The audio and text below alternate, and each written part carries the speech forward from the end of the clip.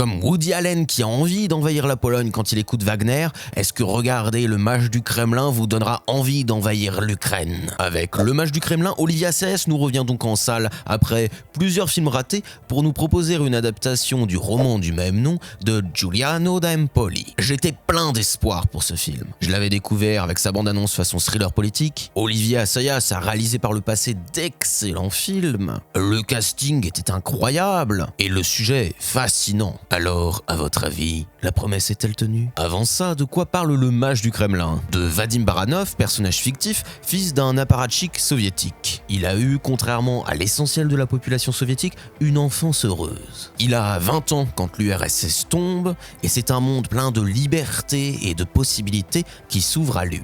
Il réussit à lancer de petites affaires, se lance dans le théâtre comme metteur en scène et producteur. Puis il passe du théâtre à la télé sur la chaîne d'un riche milliardaire qui lui a vraiment existé, Boris Berezovsky. Et Berezovsky va introduire Baranov au directeur du KGB, Vladimir Poutine. Et Baranov, en aidant Poutine à conquérir le pouvoir, va vite devenir l'un de ses plus proches conseillers.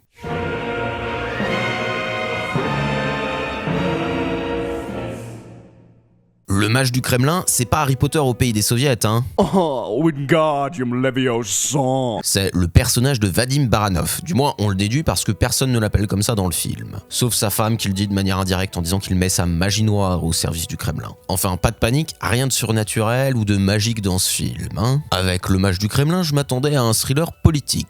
Et Olivier Assayas, même si depuis quelques temps il a une carrière quand même assez américaine, ça reste un Français. Donc quand il s'attaque à un genre, c'est souvent une réinterprétation qu'il propose. Enfin, il y avait tous les ingrédients d'un bon film. Mais en même temps, il y a Paul Dano dans le rôle principal. Et le dieu du cinéma a dit que c'était le pire acteur d'Hollywood. Donc ça sent un peu le soufre, non? Bon, je vais pas vous mentir, j'avais très hâte de voir ce film. Et il m'a même fait un peu aimer Poutine. Et c'est bien ça le problème justement, mais peut-être pas pour les raisons que vous croyez. Alors je vais vous expliquer pourquoi.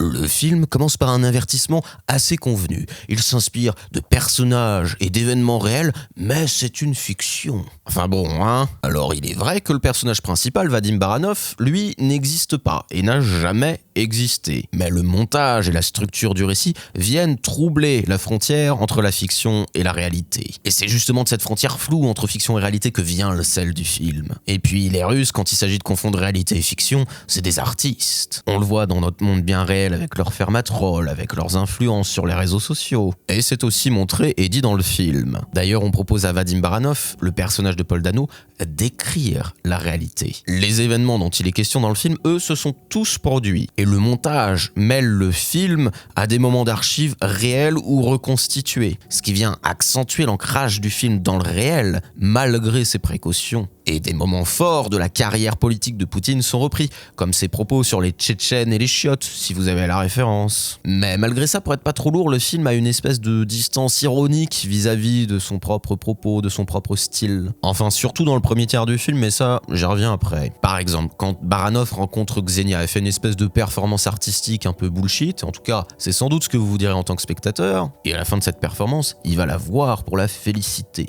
Mais elle est pas dupe, et elle lui dit que justement c'était du bullshit, ce que vous vous serez sans doute dit en le voyant. Ou une autre scène où la même Xenia arrive avec une chapka monstrueuse à un dîner, ce qui est tellement grotesque que ça vous arrachera peut-être un rictus. Et aussitôt, un personnage verbalise justement ce qu'on est en train de se dire à ce moment, en se moquant de ce qu'il appelle un ours sur sa tête. Bon, tout ça c'est bienvenu, mais finalement ça reste assez accessoire, parce que sur l'essentiel, sa peinture du pouvoir et des puissants, le film reste assez prudent, voire même parfois un peu obséquieux avec le personnage de Poutine. Et de ce point de vue-là, le film souffre terriblement de la comparaison avec un autre film comme The Apprentice de Ali Abbasi sur la jeunesse de Trump. Et dans Le Mage du Kremlin, Poutine, très rapidement, ça devient le principal problème. Dans le film, hein. Mais avant ça, un petit message de notre sponsor, Bromure. Bromure vous propose chaque semaine des analyses et des critiques cinéma. Alors si vous aimez son contenu, surtout, n'oubliez pas de le liker, de commenter, de partager et abonnez-vous.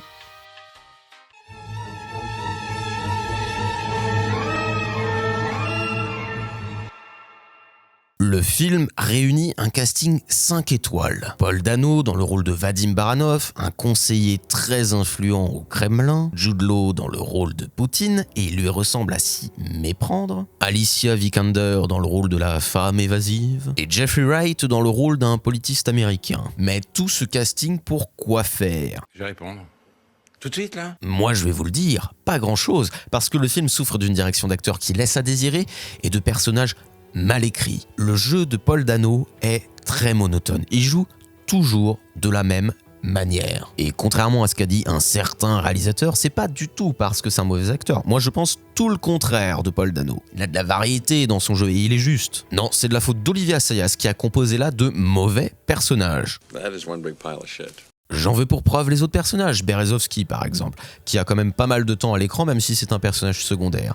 Il passe son temps à cabotiner. L'acteur a pris son personnage dans le corps, mais il en fait des caisses. Baranov, lui, il est toujours interprété de la même manière. Sur le même ton, il ne varie pas. Est-ce que c'est pour montrer un personnage qui contrôle ses émotions, qui est un peu mystérieux? Rien vraiment de tout ça, hein. Certes, Baranov est un personnage fictif, mais même dans la fiction, il n'existe même pas vraiment. C'est plutôt une espèce de guide à travers la Russie telle que nous la voyons à l'extrémité ouest de l'Europe. Mais on y arrive. Le pire dans tout ça, c'est Poutine. Le premier tiers du film est bien rythmé. Il a les meilleures idées de mise en scène du film, que ce soit la soirée artistique ou la scène de théâtre. Mais Poutine cannibalise le film dès qu'il arrive à la fin du premier tiers. Mais comme c'est pas directement un film sur lui, mais plutôt une espèce de film sur une époque, un air du temps, et ça se fait au détriment du film. Il prend beaucoup de place, mais en même temps il reste assez distant, alors qu'on le voit quasiment tout le temps. Il y a même des scènes où il exprime des doutes qui le rendent un peu sympathique, ou aussi à plusieurs reprises quand il se plaint de l'orgueil américain. Puis au bout d'un moment, on sait plus vraiment à propos de quoi est le film en fait. La construction du régime de Poutine, Poutine lui-même, un esprit du temps, une façon de penser, la société russe, Baranov. C'est pas clair, on navigue de l'un à l'autre de tous ces sujets, on reste à la surface à chaque fois. On voit que d'assez loin la manière dont Poutine prend le contrôle du pays progressivement. On voit ni ses calculs, ni son machiavélisme, on voit pas à quel point il est cruel, on parle de sang-froid, mais on le voit pas vraiment non plus. Et lui et Baranov restent des personnages assez abstraits, des personnages de papier, parce qu'ils n'ont pas beaucoup d'enjeux même intérieurs. Sans doute parce que c'est une adaptation littéraire.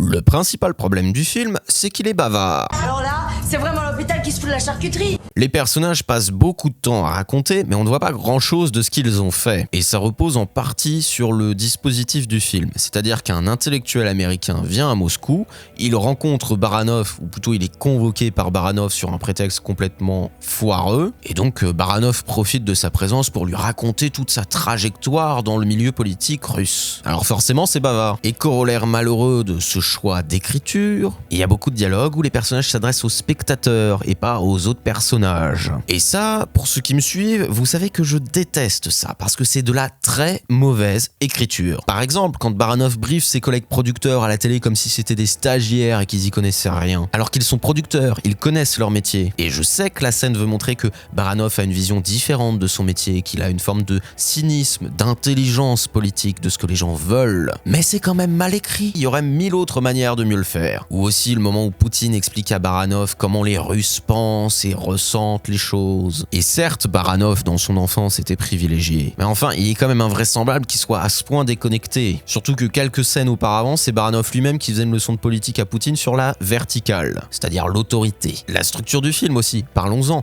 elle est divisée en chapitres. C'est pas une mauvaise idée par principe, mais là, ça l'alourdit, parce que ça lui donne un côté didactique. On a l'impression que le réalisateur voulait faire une suite d'essais sociopolitiques sur la Russie. Sauf que c'est un enchaînement de poncifs et de platitudes. Ça alourdit le film, ça casse complètement son rythme, ça lui donne un air touffu et mal organisé. Et la fin, je vous la révèle pas, mais quel désastre! Pendant tout le film, je me disais, par pitié, ne fais pas ça. Je reste aussi vague que possible, mais pour moi, la fin, on ne peut la sauver que si on la voit de manière symbolique, comme une conclusion à cette fiction qui a rempli son rôle de guide à travers la Russie de Poutine. Et si c'est littéral, c'est grotesque et ça finit d'achever la crédibilité du film.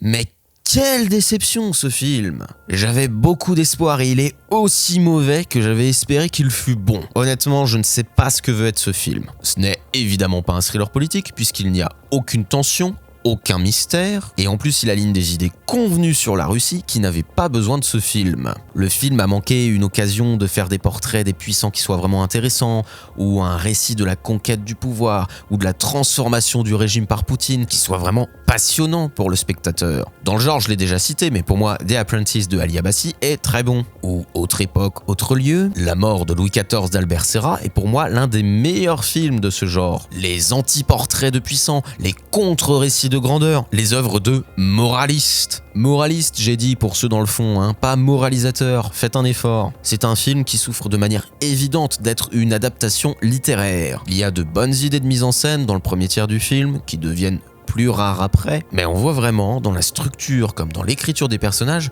que ça vient d'un roman. Dommage, c'était un film. Mais ne me croyez pas sur parole, allez-y, vous verrez.